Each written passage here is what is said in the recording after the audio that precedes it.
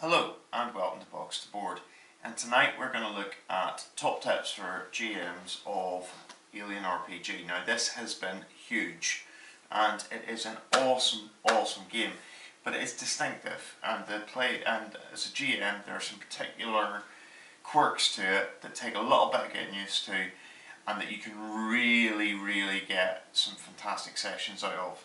The big thing to remember about this game is it's all about the tension. So you want to build tension throughout the game. Be prepared for it to be a bit of a slow burn at the start, and then this crescendo of tension and pressure to build on the crew as the story progresses. Everything we're going to talk about is from the point of view of the cinematic campaign, and that a cinematic style of play, and that's where this really shines. That's where this game really comes into something quite special. So for me, the big thing to remember is you want to build up tension. It's a lot about atmosphere and it's a lot about tension. So you want to be prepared for it to start very low key, but even the tone of your voice is going to change as the game progresses, because you want to get that build up as things get scarier and scarier. Another overriding principle is this is a very fluid system. Some of our subscribers have mentioned that in comments, and it is a very fluid system. Be prepared for your party to go to different places. If you're going to do either Chariot of the Gods or Hadley's Hope out of the book, a lot of that groundwork is prepared for you. If you're not, you need to think quite carefully about descriptions for the different rooms and plan ahead and plan some level of detail to each of the different areas, because in this game it's not a simple dungeon crawler. People can go where they want to go, and they're going to be, that's whenever it really seems to shine. So you want to be in a position where you have descriptions for the rooms that are ready, and you've got quite some detail in that. Obviously some rooms are going to be more important than others, but it's a good idea to have that ready. And I would say follow the format as much as you can as is in the book for Hadley's Hope, because I think it's a really effective way to play if you've kind of got this ability to go to different places. It'll save you a lot of thinking in your feet if you've got descriptions ready, even if it's just a basic idea of it, and are there any big bads there, are there any scary monsters there, is there anything to find in each room. So preparation is absolutely key. However, be flexible. There's going to be times whenever you try to read your group. Building a little bit of tension can be a very simple thing in this game, but actually just being aware and making something, having some options available to you as a GM is a really smart move. I would also say get a list of the monsters you're going to have and get ready with their signature attacks. Now, personally, I would be tempted to say don't read out or don't roll for the signature attacks. So like you'll see each one, this was Bloodbursters, they've got a particular attack that they do, but there'll be different ones. So yeah, so the Swarm, they've got some attacks, different attacks that different big bads do. I personally would suggest that you kind of have in your head what attack you want to do and how and when. So look at the signature attacks. By all means, roll if you want to. But personally, for the building of the story, if it's not a player kill, it's quite cool to actually have it that you can have pre-prepared ones. So, for instance, there's one where they play with the prey. Well, that's quite a good. I think it's the Scout does that. That's quite a good one for the beginning of the session. So something comes and plays with the prey, and they've got a chance of killing it then, and that'll give them that sense of tension, but also mean that somebody isn't dying in the first 5 minutes, although that can be awesome. Which does lead me to something else. Have some NPCs present. Have some NPCs ready. So have some extra sheets. If you're playing cinematic, people are going to die. So you want to have other characters that they can pick up and take over. I personally would encourage anyone who is GMing to have post-its. Lots of them. Get them ready so you can give little messages. Alternatively, have the phone numbers of everybody in your group so you can drop a text, and have those texts more or less ready to roll if it's possible in your phone, so that you can do it discreetly and send a text to somebody so that they can kind of pick up the text and you can communicate. Because in this game, the agendas really matter, and those agendas may shift, and the ability to send a little text to somebody or discreetly pass a post-it or a note can actually make the game really interesting. And with that in mind, because agendas do matter, especially at the beginning of the game, I personally would encourage the players to get to know each other as characters. You do that a lot in a lot of games, but in this one it really does matter. So your first couple of encounters, you want to give the party an opportunity to get to know each other's character quite well, because then agendas will start to shine. It gives people an opportunity to play their agenda a little bit. Atmosphere is absolutely essential to this game, and there are lots of things you can do to creep it up a little bit. So lowering lighting is quite effective. If you go on YouTube, you can get Ambient Noise for a variety of different alien environments out of the movies. One of the ones I've used is sticking my hand underneath the table. If the party's in discussion, put my hand underneath the table and starting to do a scratching sound if there's a face hugger around. Now, I don't think that's actually something that would be a feature, but it freaks the heck out. I don't know if face huggers would make that noise, but it scares the heck out of the party because somebody will notice that sound. You do it quite discreetly, but you just sort of start to make a scurrying sound with your fingers underneath the table, and suddenly that party will stop. It'll restrain the endless discussion some parties can do and bring them back into the moment a little bit. Yeah, big one. Have a pot of dice. Now these are chess-6, but I think there's 36 odd dice in there. But have those a distinctive colour that you, instead of going, you've got so many stress dice, depending on your party, some people do get a little bit, they want to use their own dice all the time. But actually, you can then give people a stress dice. It sounds silly, but it actually works quite well because you then know what that dice looks like. It means that as a GM, you can quickly count how many stress dice they've got, which will help you with calculations for panic rolls if they roll any ones, which is really, really helpful. Now, personally, whenever I'm talking panic rolls, I wouldn't show the party what is going on with the panic roll.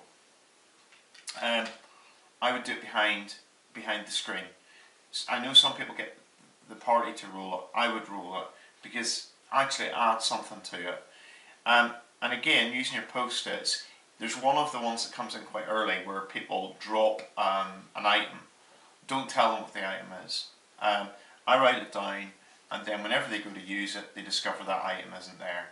So you don't tell them you've dropped you let them try to reach for the bolt gun and discover that it's not there anymore. You let them reach for the motion detector and realize it's not there. And that can be quite a fun moment in a game. Another one that I find very, very helpful is to print off maps.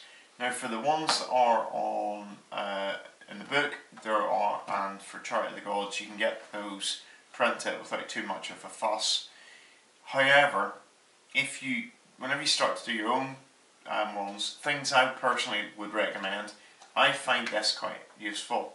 It's called the Big Book of Sci-Fi Battle Maps, and it's generic stuff, but it's quite nice.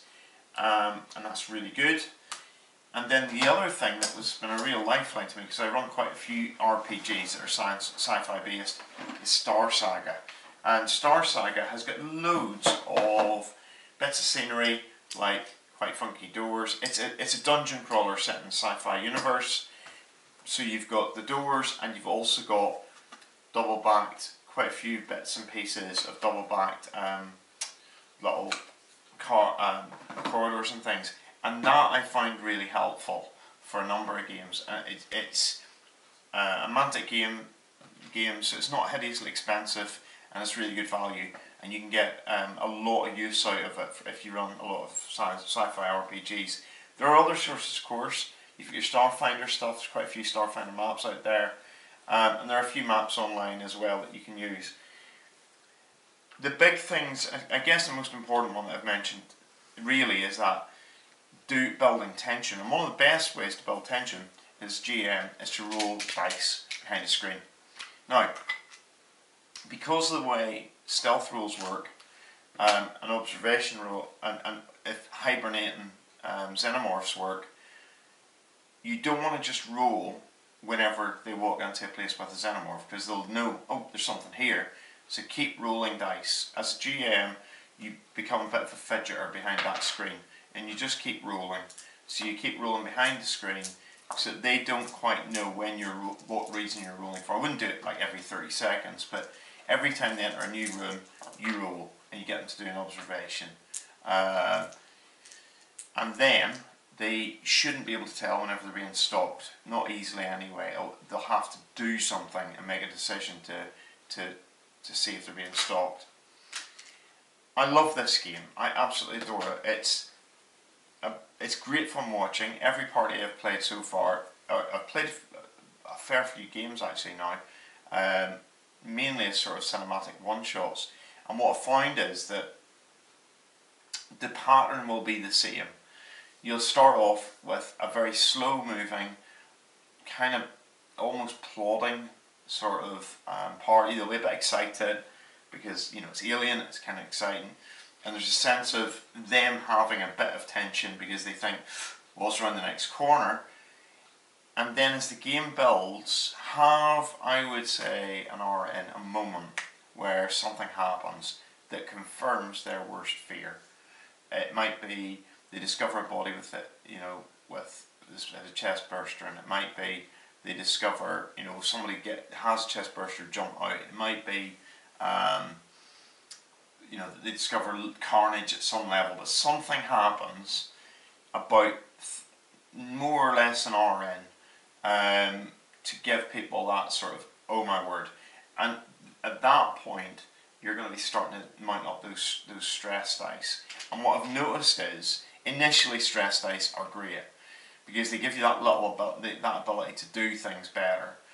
But then there comes a point, and this is where this game really shines. It shines in that second, third hour of a one shot, where suddenly I'm rolling a significant number of stress dice, and I know that the panic can do very, very detrimental things to me indeed. And it's fantastic at that point. That's where this game really shines to me. And we will do a little video on the stress mechanics of it, because I think stress mechanics and panic are just worth a video on their own. But it's an awesome game, and actually with that in mind, you kind of want to take a break. This is a really practical thing, but in terms of the breaks for your session, you want to have a big scary reveal, change of pace. Oh my word, what the heck was that moment? And then, not far after that, have a loo break. Because what it lets you do is, it lets you as a GM get a breathing space for a minute or two. People will go away with that, oh my word, and they get a chance to chat just for a couple of minutes or so. Good grief, that was incredible, which builds up that tension a little bit higher. Also, it lets you pass on those notes quietly to people, because you'll often find there's a change in pace and the agendas are going to kick in a bit more at that point. The other thing, I mean, this is probably the top tip of all, is enjoy this game as a GM.